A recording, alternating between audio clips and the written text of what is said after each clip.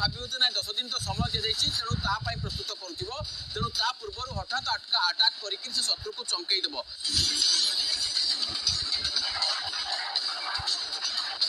Eighty आपण देखुचंती जे America एवं America राष्ट्रपति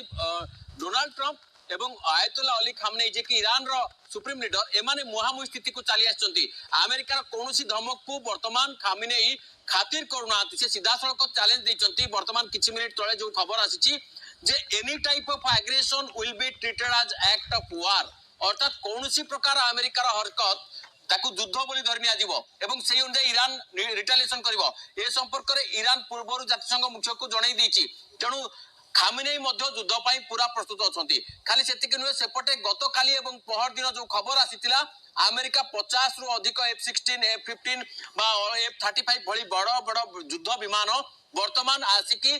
जो मिडिल ईस्ट रो विभिन्न जो सैन्य अड्डा रही तार मिलिटरी अड्डा रही से जगह पहुंचिकी रेडी होकर रहिलानी। खाली सेतिक नुहे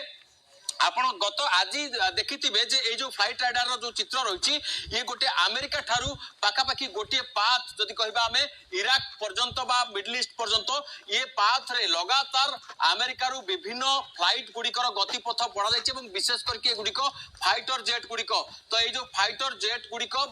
यार जो सप्लाई जेट गुड़िक रही सप्लाई विमान गुड़िक बारंबार जीवा आसवा कर अर्थात अमेरिका गत सप्ताह भितर तार मिलिटारी रिइनफोर्समेंट को मिडिल ईस्ट रे बढ़ाई देछि एवं ये होछि सबठारु बड़ संकेत जे अमेरिका गोटे बड़ युद्ध पाई प्रस्तुति करूछि। खाली सेतिक नुहे आमे जदि वर्तमान स्थिति कहबा ताले अमेरिका को स्थान रे तार कोन कोन प्रस्तुति करछि टिके देखला पई चाहिबी। एठी रहिछि अमेरिकार सबठु बड़ अस्त्र जे कि यूएसएस अब्राहम लिंकन आउ 4 डेस्ट्रॉयर 4टा डेस्ट्रॉयर मध्ये रहिछि जोटा भासमान युद्ध क्षेत्र बोली कुआ जाय परिबो। पाखापाखि एठी 10,000 सैनिक पूरा डिप्लॉयमेंट रे या छोड़ा 2 कॉम्बैट शिप रहिछि कोठी एयरबोर्न राडार एयरक्राफ्ट रहिछि सऊदी अरब रे ये सब छोड़ा सीरिया इराक रे कोहंतु बा ए जो भूमध्य सागर रे मध्य 2टा डेस्ट्रॉयर आउरी रहिछि एवं ये सब छोड़ा सेही परि लोहित सागर रे मध्य गोटे डेस्ट्रॉयर रहिछि। तेनु मोटा मोटी भाव रे अमेरिका तार बड़ बड़ युद्ध जहाज को ईरान उपकूल को नहीं आछि ईरान पाखापाखि अंचल को एवं अन्य बेस गुड़िक मध्य रेडी हो गलानी। ए सब छड़ा अन्य देशर किछि मिलिटरी एयरबेस रही जो फाइटर जेट ड्रोन आउ हेलिकॉप्टर इत्यादि रेडी रही से भली तुर्की रे कहतु सीरिया रे कहतु इज्राएल रे कहतु अन्य जो जेकोसी तार बंधु देश रे वर्तमान अमेरिका अनेक फाइटर जेट आनी जमा कर सारी। ए सब छड़ा आपण जदि कहिबे तारे कोन अमेरिका प्रस्तुति करछि जो बड़ प्रस्तुति करछि तार जवाब दबा पई वर्तमान ईरान जेमति मु कहली आयतुल्ला अली खामनेई कहउचंदी सीधा सड़क जे जेते बड़ युद्ध जहाज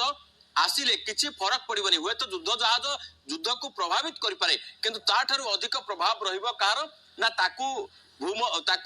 सागर रो अतल